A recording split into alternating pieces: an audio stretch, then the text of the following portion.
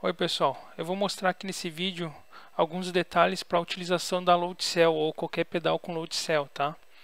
No caso aqui no pedal da Logitech com a load cell Reiki, um dos detalhes mais importantes é no profile da Logitech o freio está configurado como acionamento linear, como está aí na imagem, nessa primeira imagem aí, demonstrando, né? Dentro dos simuladores também tem esses ajustes e lá é importante também estar tudo de forma linear, principalmente para um ponto de partida de ajuste, tá? Mais outros detalhes aí para o Fórmula 1, para o Racing Room, para o AMS2, para o Assetto Corsa Competizione e o iRacing aqui também. Vamos começar aqui pelo profile da Logitech. Para quem joga no PC, precisa estar com esse profile aí, o freio sendo acionado de forma linear, que é o valor de 50 ali como na imagem. Já para quem joga no console, esse valor aí já é automaticamente linear, não tem esse ajuste aí, por mais que tu faça uma configuração do volante num PC e jogue ele para o console, depois ele vai sempre ser linear. Então pode acompanhar aí, valeu! Aqui eu estou utilizando o Assetto Corsa Competizione, mas basicamente é muito similar nos demais, né? Com exceção do Gran Turismo, que ele não tem ajuste de sensibilidade dentro do próprio jogo ou simulador.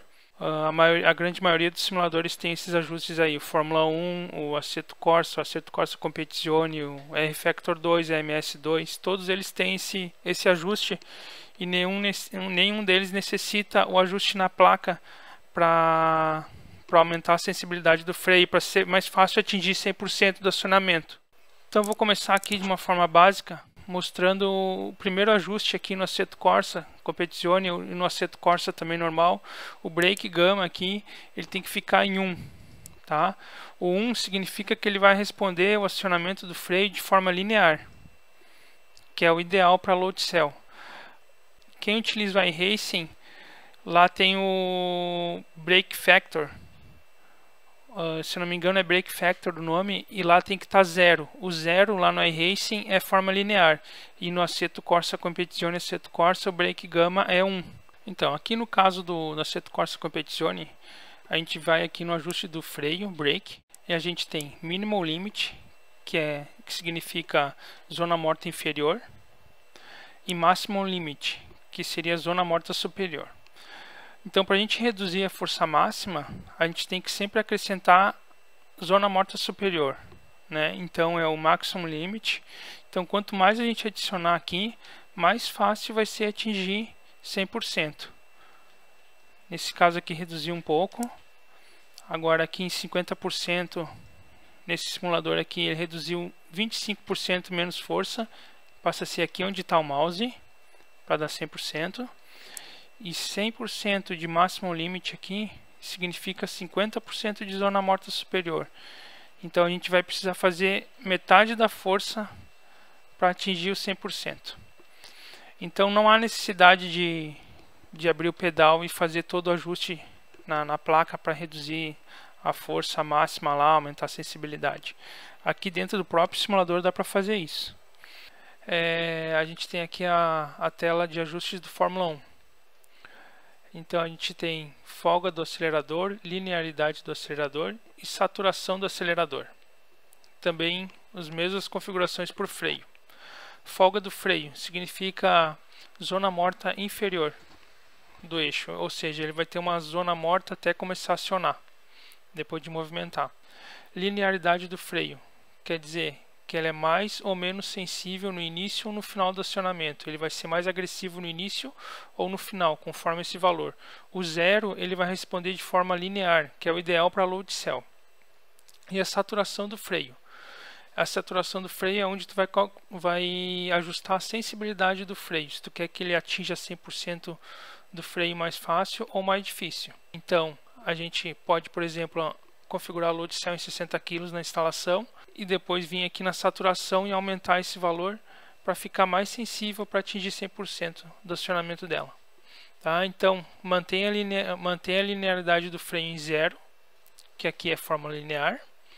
E depois, se tu quiser atingir de forma mais fácil o 100% do freio, tu aumenta a saturação. Se quer um freio mais pesado para atingir 100%, diminui esse valor. Agora aqui um exemplo de ajuste do freio no iRacing. No iRacing, a sugestão é configurar a load cell pesada, uns 60 kg no mínimo, né? E daí tu vai fazer o peso máximo que tu quer para ele durante a calibração do freio. Então tu vai clicar em pedals ali, fazer as calibrações e no momento que pisar no freio, tu vai pisar até onde tu quer que seja 100%. Se tu não quer chegar a 100% tão fácil, pisa além do que tu consegue, até ver um ponto ideal, tá? É no feeling mesmo. E o brakes ali, o ajuste brakes, o force factor tem que estar em 0. Agora um exemplo no R-Factor 2.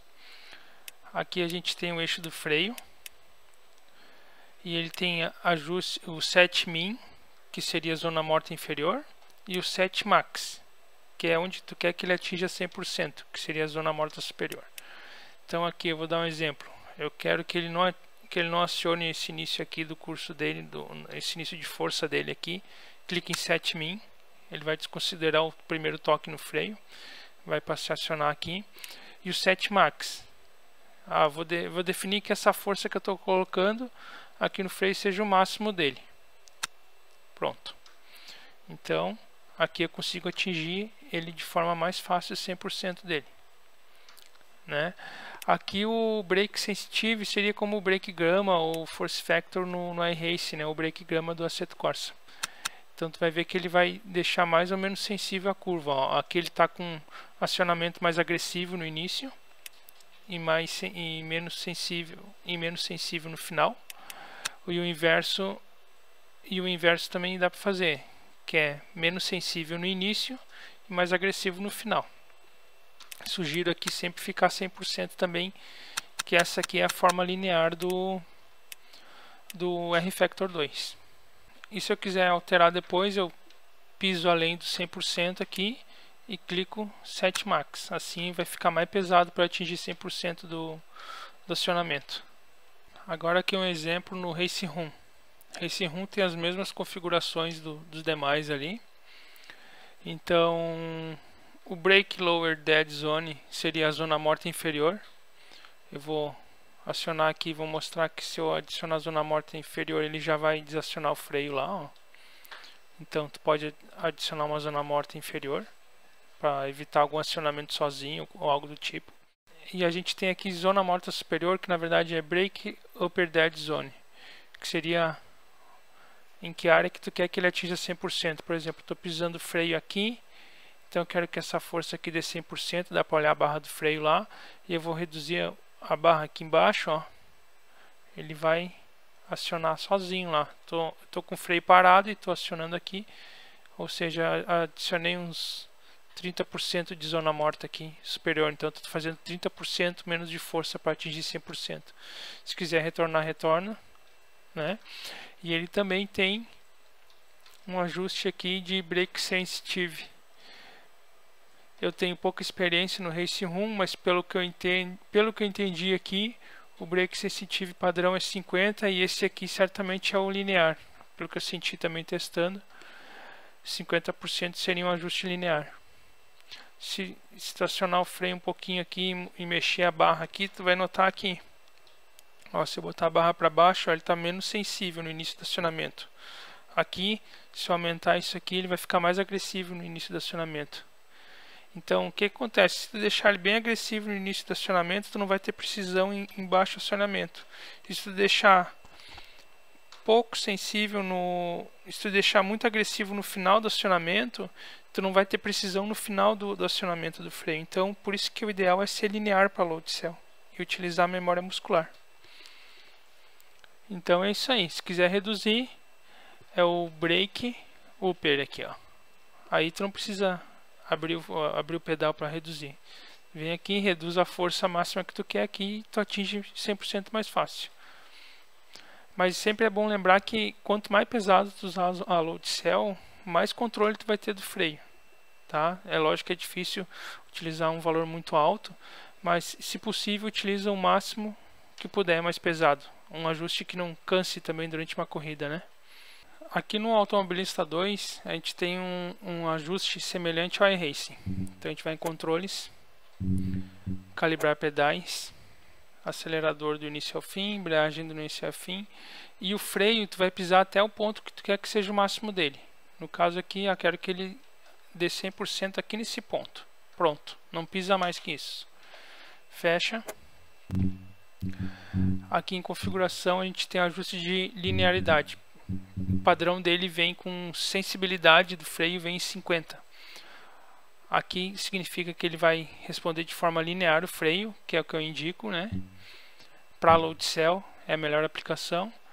E aqui a zona morta do freio. A zona morta seria a zona morta inferior, né? Se tiver algum acionamento sozinho, tu pode adicionar um percentual aqui para ele desconsiderar esse acionamento sozinho dele.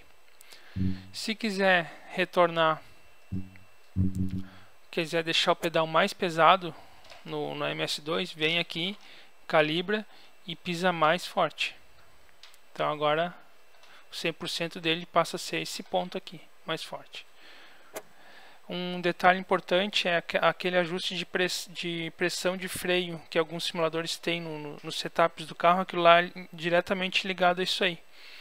Então, quanto maior a pressão do freio no setup, significa que tu vai ter mais pressão de freio no teu carro. Então, tu vai atingir mais potência de frenagem no teu carro, podendo travar a roda mais fácil.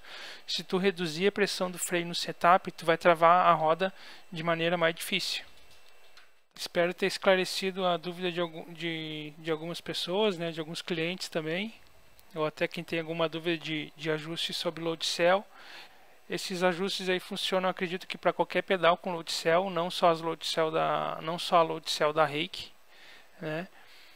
Então é bom uma atenção ali quanto à linearidade do eixo do freio. Tu pode até ter um ajuste um pouco diferente de 100% linear, mas vai ser sempre muito próximo disso, porque com load cell tu não pode perder precisão no final do acionamento ou no início dele. É importante tu utilizar o mais pesado possível, lógico que cada um tem o seu limite, né? Mas não utilizar muito leve, porque quanto mais leve, menos precisão tu vai ter.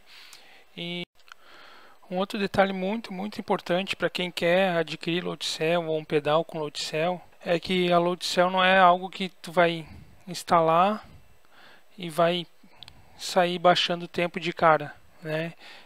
Muitas vezes exige um período de adaptação. Tem pilotos que no mesmo momento já conseguem entender o funcionamento dela, né? Ela funciona com menos curso, passa a funcionar conforme a força, e não mais o deslocamento do pedal, como os pedais normais, né?